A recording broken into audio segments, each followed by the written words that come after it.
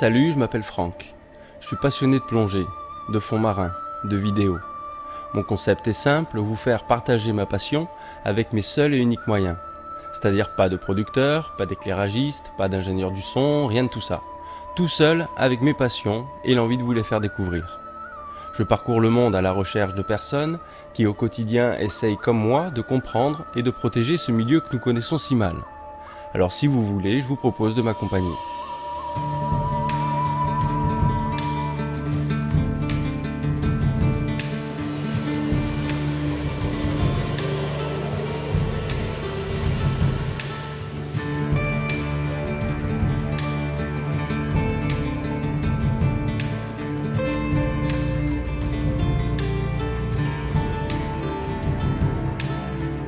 Un paradis à fleur d'eau qui concentre les beautés de l'océan Indien et le charme des îles du bout du monde.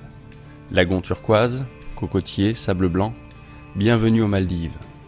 Situé à environ 600 km au sud-ouest de l'Inde, cet archipel est réparti sur plus de 20 000 km². 26 atolls, 1200 îles, et seulement 202 d'entre elles sont habitées.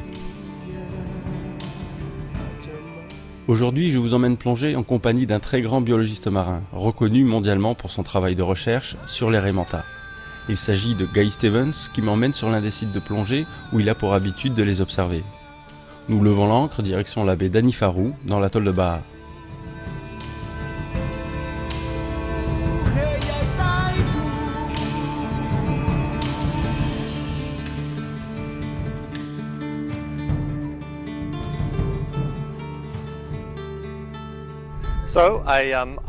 Eh bien, ça fait déjà 8 ans que j'ai commencé ici mes recherches sur les raies manta.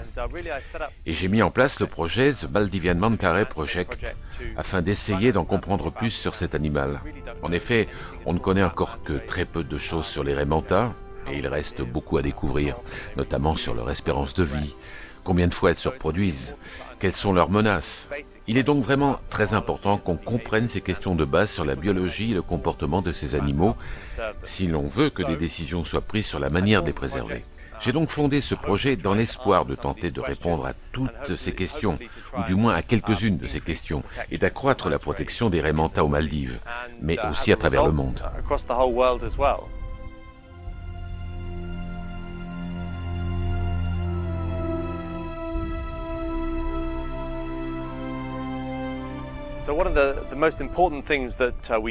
Eh bien, la chose la plus importante que nous faisons dans le cadre de nos recherches, c'est d'essayer d'identifier chacune des mantas que nous voyons. Et l'on est capable de le faire, car chaque manta a sur son ventre un ensemble de taches noires qui lui est unique. Elles ont ce ventre blanc couvert de taches noires.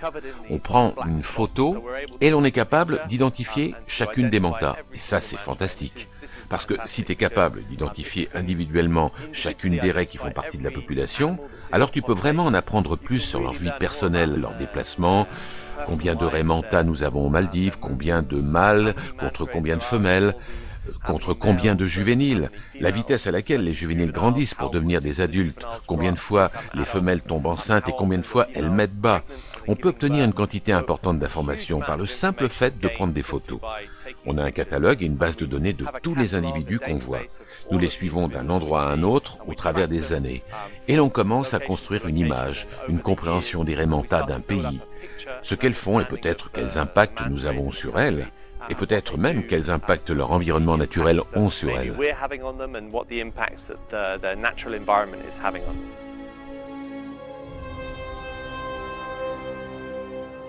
Guy Stevens est un passionné, amoureux des océans et de la vie qui s'y trouve. C'est un biologiste qui agit en connaissance de cause et son expérience lui permet de mieux comprendre les raies manta, donc de mieux les protéger. Mais l'ignorance générale ne doit plus être une excuse. Et nous savons aujourd'hui ce qu'il faut faire ou ne plus faire pour garder nos océans en bonne santé.